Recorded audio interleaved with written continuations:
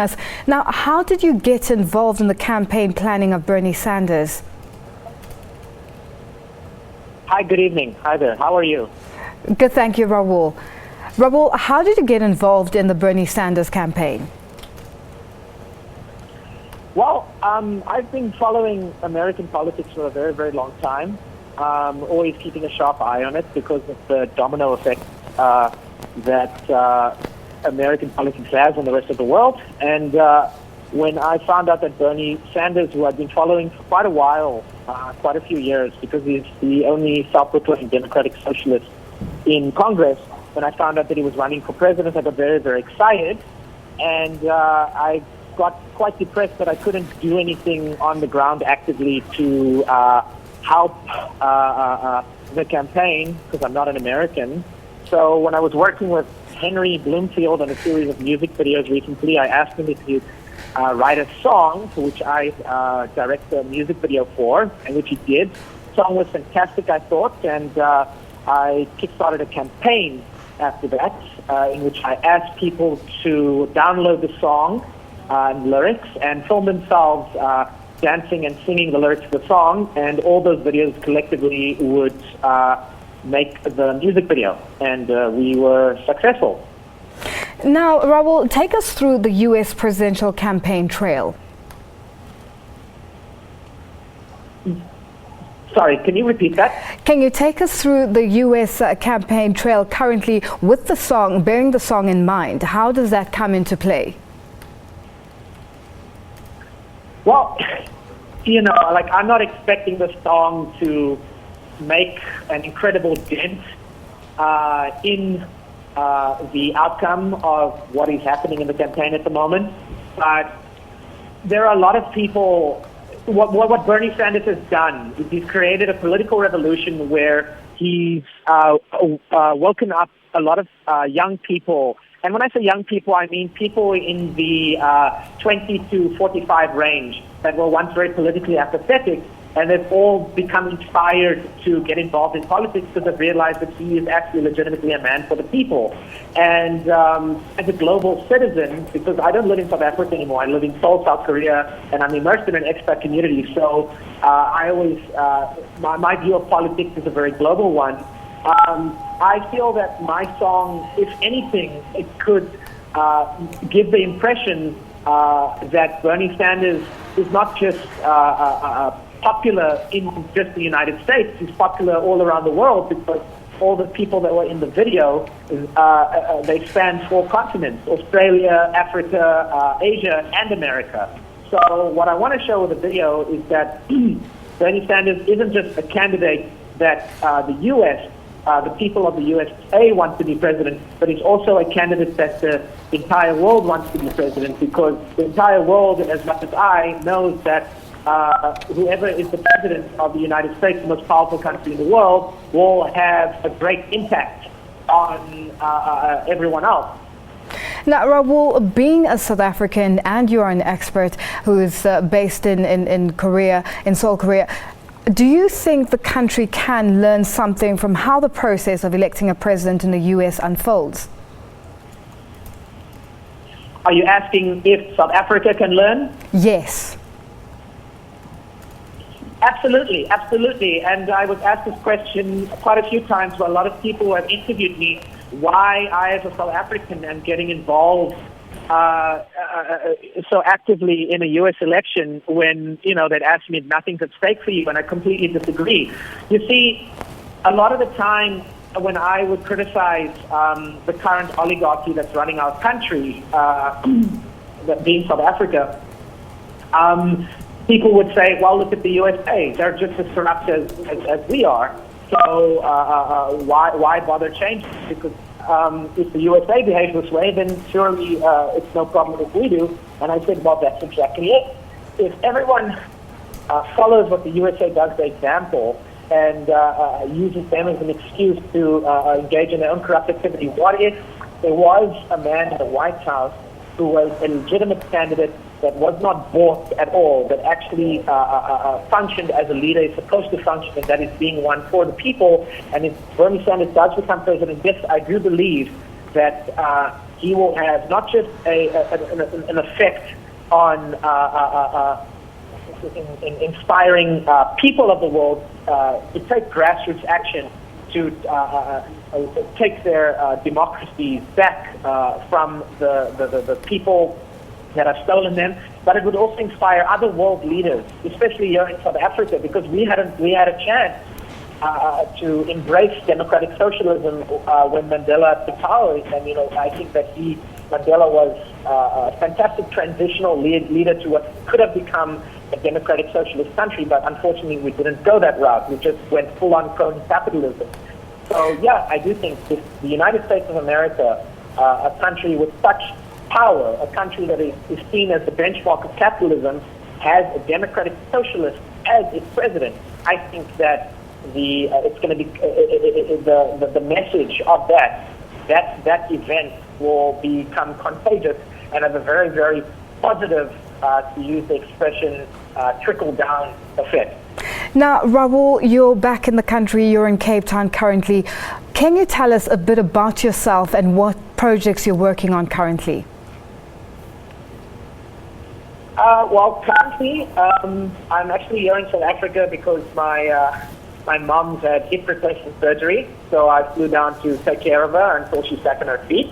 But I am currently involved in prepping my next feature film, which is a narrative tale about the independent music scene in South Korea, seen through the eyes of several expats who have divorced themselves from Western civilization and been embraced by Koreans in the indie rock scene. It's kind of like you've seen the movie Once. It's a little bit of that, a little bit of Eternal Sunshine of the Spotless Mind mixed together.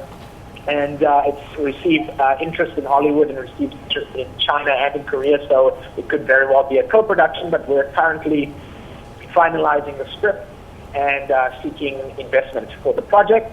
Other than that, I run a corporate video, commercial film, and music video production company in South Korea that had got off to a bit of a rocky start at the beginning, but is doing quite well now.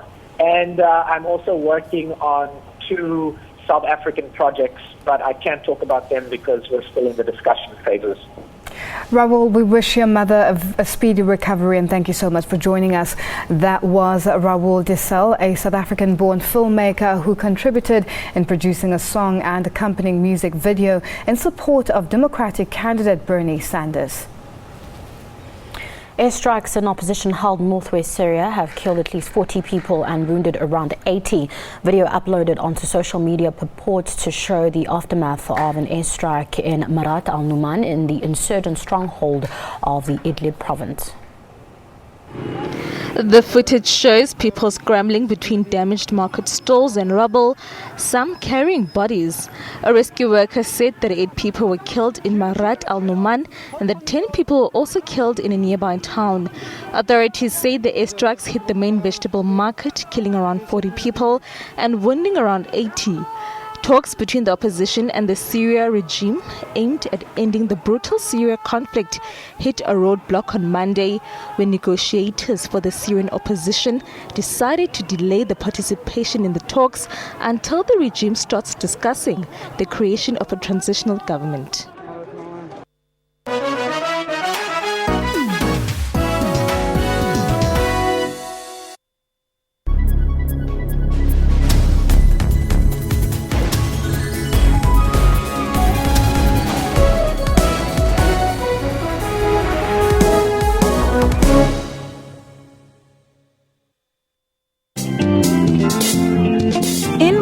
We celebrate those who take strides doing good and changing the world. I really think that education has to be revisited, and it's an integral part of teaching young people skills of the future. There's always light at the end of the tunnel. I think that the treatment should be made available, actually, because it's costly. Growth hormones are very costly. Where there is a challenge, we bring hope. I'm alive.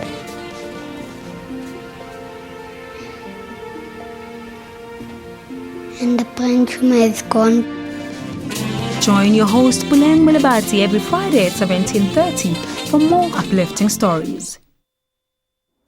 Tonight in an SABC exclusive news expose, we show you how firearm proficiency certificates are fraudulently sold for a few thousand rand. What you did was illegal. Do you at least acknowledge that? What you did is illegal. I say it could be probably illegal. Nigeria is Africa's second largest tomato producer. The chief executive of Enrisco says he started the company with a capital of $75 million. The problem now is that the market has been created in China. He says that doing business in the country is becoming more difficult every day.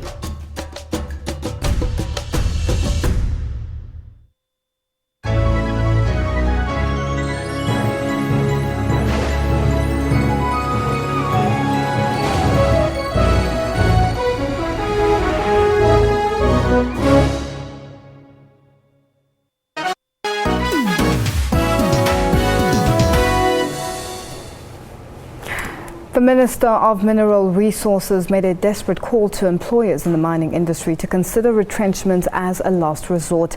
Mosebenzi Zwane was delivering his first budget debate speech since he was appointed the minister amid continuing jobs bloodbath in the mining sector.